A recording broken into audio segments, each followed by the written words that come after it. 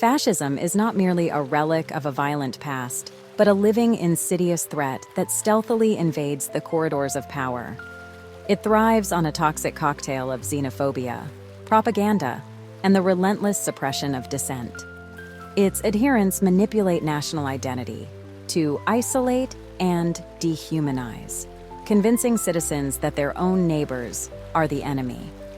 This ideology, cloaked in the rhetoric of restoring greatness, instead corrodes the fundamental tenets of democracy, diversity, free speech, and the intrinsic worth of every individual. When a government begins its slide towards fascism, the warning signals are as unmistakable as they are perilous.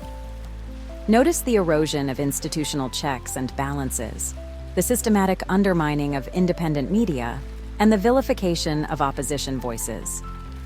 Policies that initially appear as minor adjustments often serve as stepping stones toward an authoritarian state where power consolidates unchecked, and the rule of law is subordinated to the whims of a singular, charismatic leader. The creeping normalization of intolerance and the stoking of public fear over fabricated threats are not signs of a benign governance shift, but of an emerging dictatorship. Perhaps most damning is the creation of a political culture in which dissent is no longer an exercise of civic duty, but a dangerous act of treason.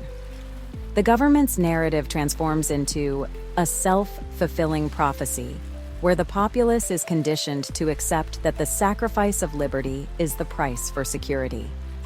In this environment, truth becomes malleable, history is rewritten, and the sacred bonds of community are severed by suspicion and hatred.